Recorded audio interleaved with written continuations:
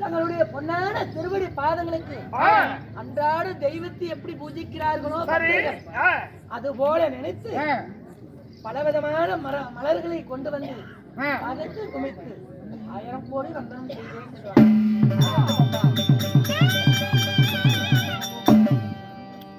சுபத்ரா, திருமணிபர் பாதைகளை படித்தபடியால் இந்த படர்ந்த உலகினில் என்றென்றைக்கும் தீர்க்க சுகமாய் வாழ்ந்திருப்பாய்.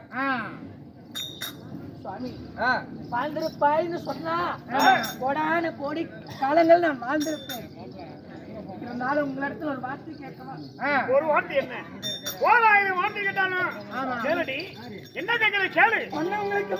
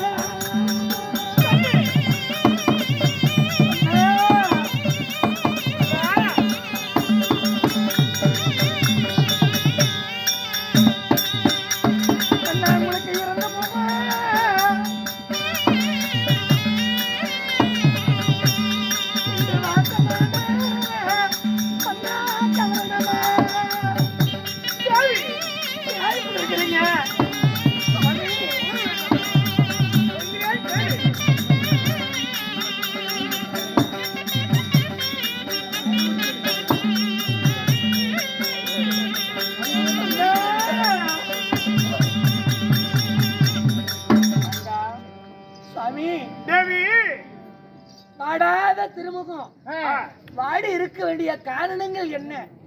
தேவி, தாமரை போல் இருக்கும் முகமாவோட தனித்த காரணங்கள் யாது? வெத்தலை போல் இருக்கும் முகமாவோட வேத்த முகமான காரணம் என்ன என்று கேட்கிறேன். ஏன் அழுதுகன்னு சிந்தனையா இருக்கிறீங்க?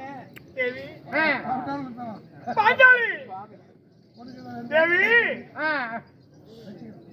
என்னடி நமது இருந்தாலும் நமது கற்பூர் வெள்ளாள்பட்டி சேர்ந்த ஐயா செல்வம் ஐயா அவர்கள் நம்முடைய நாடகத்தை எடுத்து உலகமெங்கும் பரப்புறார்கள். ஆமா.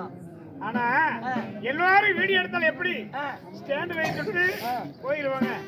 ஆனா இவரு நம்முடைய கலைஞருடைய நாடகத்தை அனைவருடைய நாடகத்தையும் 2 கையிலையும் பிடிச்சி செல்ல அப்படி விடாம ஒவ்வொரு வேசக்காரையும் எடுத்து நம்மளோட டிவி சேனலுக்கு அனுப்புவாரு. நம்முடைய அதாவது வேதா டிவி அதற்கு அனுப்புகிறார்கள். நம்மளுடைய கலையை வளர்க்கிறார்கள். நமது ஐயா செல்வம் ஐயா அவர்களுக்கு நமது சரஸ்வதி நாடக சபா குழு சார்பாக மனமார்ந்த நன்றி தெரிவிக்கிறோம். 10 நாள் பாரத போர்ல பாண்டவர்கள் ஜெயம் பெற்றோம். இந்த அதாவது பாரத போர்ல இந்த சேனைகள் எல்லாம் மடித்தது ஆடவனுடைய மனைவிமார்கள் எல்லாம் கண்ணீர் விட்டு கதறி அழுகிறார்கள்.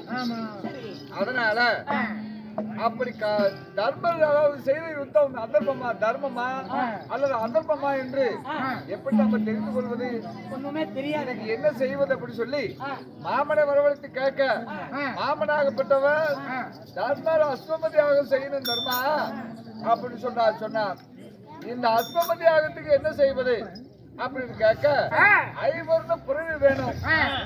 அப்படி ஐவர்ண புறவி கொண்டு வந்தா இந்த அஸ்வமதியாக செய்யணும் அப்படின்னு சொல்ல இந்த ஐவர்ண புறவியை பத்ராவதி பட்டணம் சென்று யவர்ண மகாராஜன் இடத்துல இருந்து இந்த புறவியை கொண்டு வந்துட்டேன். இப்ப ஆமா, இந்த புறவியை வைத்து எப்படி அஸ்வமதியாக செய்யறது அப்படின்னு நம்மளுக்கு ஒன்றும் தெரியல. மாமனாகப்பட்ட பரதாமனை வரவழைத்து இதுக்கு தகுந்த ஆலோசனை கேட்கணும். பூஜை மண்டபம் சென்று மாமனை பரதாமனை தோற்று செய்வோமா?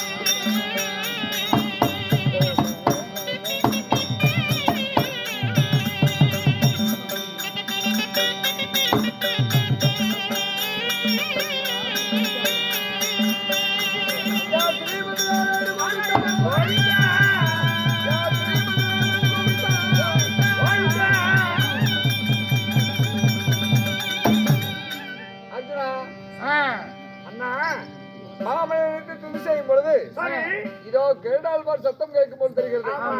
அதனால மாமன் வருகிறார் போல் தெரியுது. அழைப்போம். பாருங்கள் போகலாம்.